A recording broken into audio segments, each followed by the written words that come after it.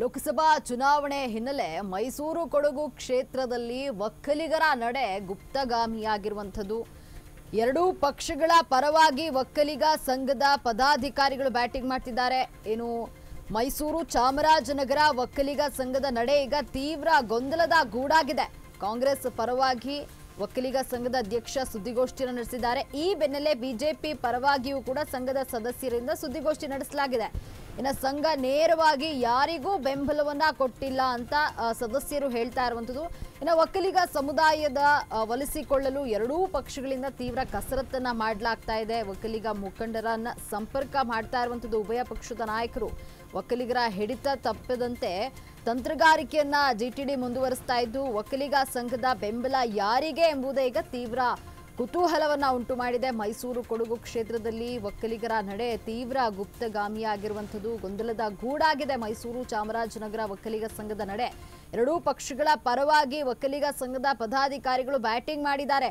ಕಾಂಗ್ರೆಸ್ ಪರವಾಗಿ ಸುದ್ದಿಗೋಷ್ಠಿಯನ್ನ ಒಕ್ಕಲಿಗ ಸಂಘದ ಅಧ್ಯಕ್ಷ ನಡೆಸಿದ್ದು, ಈ ಬೆನ್ನಲ್ಲೇ ಬಿಜೆಪಿ ಪರವಾಗಿಯೂ ಕೂಡ ಸಂಘದ ಸದಸ್ಯರಿಂದ ಸುದ್ದಿಗೋಷ್ಠಿ ನಡೆಸಲಾಗಿದೆ.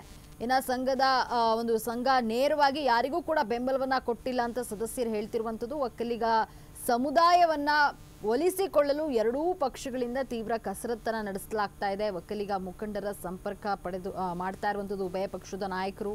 ಒಕ್ಕಲಿಗರ ಹಿಡಿತ ತಪ್ಪದಂತೆ ತಂತ್ರಗಾರಿಕೆನ ಜಿಟಿಡಿ ಮುಂದುವರಿಸ್ತಾ ಇದ್ದಾರೆ. ಒಕ್ಕಲಿಗ ಸಂಘದ ಬೆಂಬಲ ಯಾರಿಗೆ ಎಂಬುದೇ ಈಗ ತೀವ್ರ ಕುತೂಹಲವನ್ನ ಉಂಟು ಮಾಡಿದೆ.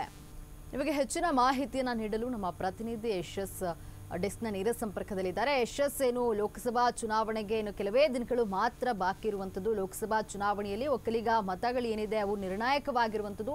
ಹಾಗಾಗಿ ಒಕ್ಕಲಿಗರನ್ನ ಒಲಿಸಿಕೊಳ್ಳಲು ನಾಯಕರು ತೀವ್ರ ಕಸರತ್ತನ್ನು ನಡೆಸ್ತಾ ಇದ್ದು, ಯಾರ ಪರವಾಗಿ ಒಕ್ಕಲಿಗರು ಇದ್ದಾರೆ ಅನ್ನುವಂತಹ ವಿಚಾರಗಳು ತೀವ್ರ ಚರ್ಚೆ ಆಗ್ತಾ ಇದೆ. ಬಗ್ಗೆ ಹೆಚ್ಚಿನ ಮಾಹಿತಿ ಏನಿದೆ?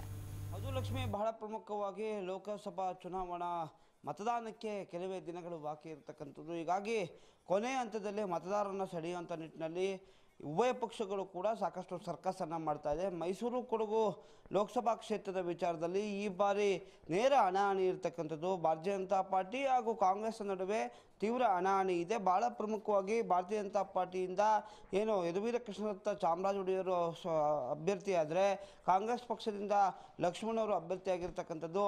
ಹೀಗಾಗಿ ಈ ಒಂದು ಏನು ನೇರ ಹಣಾಹಣಿ ಇದೆ. ಹೀಗಾಗಿ ಮತದಾರರನ್ನು ಸೆಳೆಯುವಂಥ ನಿಟ್ಟಿನಲ್ಲಿ ಸರ್ವ ಪ್ರಯತ್ನ ಸರ್ವ ಪಕ್ಷಗಳ ನಾಯಕರು ಮಾಡ್ತಾ ಇದ್ದಾರೆ ಅಂತ ಹೇಳ್ಬೋದು. ಭಾಳ ಪ್ರಮುಖವಾಗಿ ಹಳೆ ಮೈಸೂರು ಭಾಗದ ಯಾವುದೇ ಚುನಾವಣೆ ಆದರೂ ಕೂಡ ಒಂದು ಒಕ್ಕಲಿಗ ಸಮುದಾಯದ ಮತಗಳು ನಿರ್ಣಾಯಕ ಪಾತ್ರವನ್ನು ವಹಿಸ್ತವೆ. ಹೀಗಾಗಿ ಮೈಸೂರು ಕೊಡಗು ಲೋಕಸಭಾ ಕ್ಷೇತ್ರದಲ್ಲೂ ಕೂಡ ಈ ಸಮುದಾಯದ ಮತಗಳು ಮಹತ್ವದ ಪಾತ್ರವನ್ನು ವಹಿಸ್ತಾ ಇರ್ತಕ್ಕಂಥದ್ದು. ಭಾಳ ಪ್ರಮುಖವಾಗಿ ಈ ಒಂದು ಸಮುದಾಯದ ಮತಗಳು ಏನು ಕಳೆದ 2 ಲೋಕಸಭಾ ಚುನಾವಣೆಯಲ್ಲೂ ಕೂಡ ಭಾರತೀಯ ಜನತಾ ಪಾರ್ಟಿಯನ್ನು ಬೆಂಬಲಿಸಿತ್ತು ಹಾಗೂ ಪ್ರತಾಪ್ ಸಿಂಹ ಅವರನ್ನು ಜಯಗಳಿಸೋದಕ್ಕೂ ಕೂಡ ಈ ಒಂದು ಸಮುದಾಯದ ಪಾತ್ರ ಬಹಳ ದೊಡ್ಡದಿದೆ. ಹೀಗಾಗಿ ಏನು ಕಳೆದ ದಿನಗಳ ಬೆಳವಣಿಗೆಯನ್ನು ನಾವು ಗಮನಿಸೋದಾದರೆ, ಈ ಒಂದು ಸಮುದಾಯದ ಮುಖಂಡರುಗಳು ಅಥವಾ ಸಂಘದ ಹೆಸರಿನಲ್ಲಿ ಸಾಕಷ್ಟು ಸಂಘಟನೆಗಳೇನಿದೆ ಇವು ಕಾಂಗ್ರೆಸ್ಗೆ ಬೆಂಬಲವನ್ನು ಕೊಡ್ತೇವೆ ಎನ್ನುವಂತಹ ಬಹಿರಂಗವಾದಂಥ ಹೇಳಿಕೆಯನ್ನು ಕೊಟ್ಟರು. ಹೀಗಾಗಿ ಆ ಒಂದು ಹೇಳಿಕೆ ಸಾಕಷ್ಟು ವಿವಾದಕ್ಕೆ ಎಡೆ ಮಾಡಿಕೊಡ್ತು. ಯಾಕಂದರೆ ಒಂದು ಪಕ್ಷವನ್ನು ಒಂದು ಸಮುದಾಯದ ಸಂಘ ಬೆಂಬಲಿಸ್ತಾ ಇರ್ತಕ್ಕಂಥದ್ದು ಎಷ್ಟು ಸರಿ ಅಂತಕ್ಕಂಥದ್ದು ಕೂಡ ಸಾಕಷ್ಟು ಪ್ರಶ್ನೆ ಆಗಿತ್ತು. ಯಾಕಂದರೆ ಆ ಒಂದು ಸಮುದಾಯದಲ್ಲಿ 3 ಪಕ್ಷಗಳಲ್ಲೂ ಕೂಡ ಏನು ಗುರುತಿಸ್ಕೊಂಡಿದ್ದಾರೆ ಅಥವಾ ರಾಜಕೀಯವಾಗಿ ಸಾಕಷ್ಟು ಸ್ಥಾನಮಾನವನ್ನು ಕೂಡ ಏನು ಪಡೆದಿರ್ತಕ್ಕಂಥದ್ದು. ಆದರೆ ಒಂದು ಪಕ್ಷಕ್ಕೆ ಸೀಮಿತ ಆಗ್ತಾ ಇರ್ತಕ್ಕಂಥದ್ದು ಅಥವಾ ಒಂದು ಪಕ್ಷಕ್ಕೆ ಬೆಂಬಲವನ್ನು ಕೊಟ್ಟರೆ ಒಂದು ಕೆಟ್ಟ ಸಂದೇಶ ಹೋಗುತ್ತೆ ಅಂತಕ್ಕಂಥದ್ದು ಕೂಡ ಸಾಕಷ್ಟು ಹಿರಿಯ ಸದಸ್ಯರ ಮಾತಾಗಿತ್ತು. ಅದರ ಕೌಂಟ್ರ್ ಪ್ರೆಸ್ ಮೀಟಾಗಿ BJP ಹಾಗೂ JDSನ ನಾಯಕರುಗಳು ಕೂಡ ಏನು ಪ್ರೆಸ್ ಮೀಟನ್ನು ಕೂಡ ಮಾಡಿದ್ರು. ಅದು ಭಾಳ ಪ್ರಮುಖವಾಗಿ ಈ ಸನ್ನಿವೇಶವನ್ನು ನಾವು ಗಮನಿಸಿದ್ರೆ, ಈ ಹಿಂದೆ ಏನು ಕಳೆದ ಉಪಚುನಾವಣೆಯ ಸಂದರ್ಭದಲ್ಲಿ ಮಾನ್ಯ ಸಿದ್ದರಾಮಯ್ಯರು ಚಾಮುಂಡೇಶ್ವರಿ ಕ್ಷೇತ್ರದಿಂದ ಏನು ಸ್ಪರ್ಧೆಯನ್ನು ಮಾಡಿದರು, ಆ ಒಂದು ಚುನಾವಣೆಯಲ್ಲಿ ಈ ಹಿಂದೆ ಅಧ್ಯಕ್ಷರಾದಂತಹ ನರಸೇಗೌಡರು ಒಂದು ಬಹಿರಂಗವಾದಂತಹ ಬೆಂಬಲವನ್ನು ಕೊಟ್ಟಿದ್ದರು. ಆ ಸಂದರ್ಭದಲ್ಲಿ ನರಸೇಗೌಡರನ್ನ 24 ಗಂಟೆಗಳಲ್ಲಿ ಅಧ್ಯಕ್ಷ ಸ್ಥಾನ ಇಳಿಸಿದಂತಹ ಇತಿಹಾಸ ಕೂಡ ಒಕ್ಕಲಿಗ ಸಂಘದಲ್ಲಿದೆ. ಹೀಗಾಗಿ ಒಕ್ಕಲಿಗ ಸಂಘ ಯಾವಾಗಲೂ ಕೂಡ ಒಂದು ಪಕ್ಷವನ್ನು ಪ್ರತಿನಿಧಿಸೋದಿಲ್ಲ. ಹೀಗಾಗಿ ಆ ಒಂದು ಸಂದೇಶ ಆಗಬಾರ್ದು ಅನ್ನೋಂಥ ಮಾತಿತ್ತು. ಆದರೂ ಕೂಡ ಏನು ಸಾಕಷ್ಟು ಜನ ನಾಯಕರು ನಾಯಕರುಗಳು ಮುಖಂಡರುಗಳನ್ನ ಸಂಪರ್ಕ ಮಾಡೋ ನಿಟ್ಟಿನಲ್ಲಿ ಸಕ್ರಿಯರಾಗಿದ್ದಾರೆ. ಒಂದೆಡೆ ಕಾಂಗ್ರೆಸ್ನ ನಾಯಕರು ಹಳ್ಳಿಯಲ್ಲಿ ಒಕ್ಕಲಿಗ ಸಮುದಾಯದ ನಿರ್ದೇಶಕರನ್ನ ಬಿಟ್ಟು ಅಥವಾ ನಿರ್ದೇಶಕರನ್ನು ಒಳಗೊಂಡು ಸಾಕಷ್ಟು ನಾಯಕರನ್ನು ಸಂಪರ್ಕ ಮಾಡ್ತಾ ಇದ್ದರೆ, ಜಿಟಿ ದೇವೇಗೌಡರು ಕೂಡ ಈ ಒಂದು ಜಿಲ್ಲೆಯ ಒಕ್ಕಲಿಗ ಸಮುದಾಯದ ನಾಯಕತ್ವದ ಪ್ರಾಬಲ್ಯ ಹೊಂದಿರತಕ್ಕಂಥವ್ರು. ಹೀಗಾಗಿ ಅವರು ಕೂಡ ಹಿಡಿತವನ್ನು ಸಾಧಿಸ್ತಾ ಇರ್ತಕ್ಕಂಥದ್ದು. ಚಾಮುಂಡೇಶ್ವರಿ ಕ್ಷೇತ್ರದಲ್ಲಿ ಅತಿ ಹೆಚ್ಚು ಒಕ್ಕಲಿಗ ಸಮುದಾಯದ ಮತಗಳಿರ್ತಕ್ಕಂಥದ್ದು.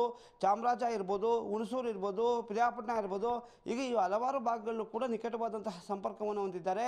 ಹೀಗಾಗಿ NDA ಅಭ್ಯರ್ಥಿಯಾಗಿರುವಂತಹ ಯದುವೀರ ಕೃಷ್ಣದತ್ತ ಚಾಮರಾಜ ಒಡೆಯರ್ ಅವರಿಗೆ ಒಕ್ಕಲಿಗ ಸಮುದಾಯದ ಮತಗಳು ಶ್ರೀರಕ್ಷೆ ಆಗಬೇಕು ಅನ್ನೋ ದೃಷ್ಟಿಯಿಂದ ಆ ಒಂದು ಜವಾಬ್ದಾರಿಯನ್ನು GT ದೇವೇಗೌಡರು ಹೆಗಲಿಗೆ ಹಾಕಿರ್ತಕ್ಕಂಥದ್ದು. ಹೀಗಾಗಿ GT ದೇವೇಗೌಡರು ಕೂಡ ತಮ್ಮದೇ ಆದಂಥ ತಂತ್ರಗಾರಿಕೆಯನ್ನು ಮಾಡ್ತಾ ಇದ್ದಾರೆ. ಯಾಕಂದರೆ ಹಳೆ ಮೈಸೂರು ಭಾಗದಲ್ಲಿ ಇರುವಂತಹ ಹಿರಿಯ ಒಕ್ಕಲಿಗ ಸಮುದಾಯದ ನಾಯಕ ಆಗಿರ್ತಕ್ಕಂಥದ್ದು. ಹೀಗಾಗಿ ಈ ಒಂದು ಚುನಾವಣೆಯಲ್ಲಿ ಈ ಒಂದು ಸಮುದಾಯದ ಮತ ಏನಿದೆ ಅದು ಪ್ರಮುಖವಾದಂತಹ ಪಾತ್ರ ವಹಿಸುತ್ತೆ. ಈ ಸಮುದಾಯದ ಮತಗಳು ಯಾವ ತೀರ್ಮಾನವನ್ನು ಮಾಡ್ತವೆ ಅಂತ ಕೂಡ ಕಾದು ನೋಡಬೇಕಾಗಿದೆ ಅಂತಲೇ ಹೇಳ್ಬೋದು. ಲಕ್ಷ್ಮಿ, ಧನ್ಯವಾದ ಯಶಸ್ ನಿಮ್ಮೆಲ್ಲ ಮಾಹಿತಿಗಾಗಿ.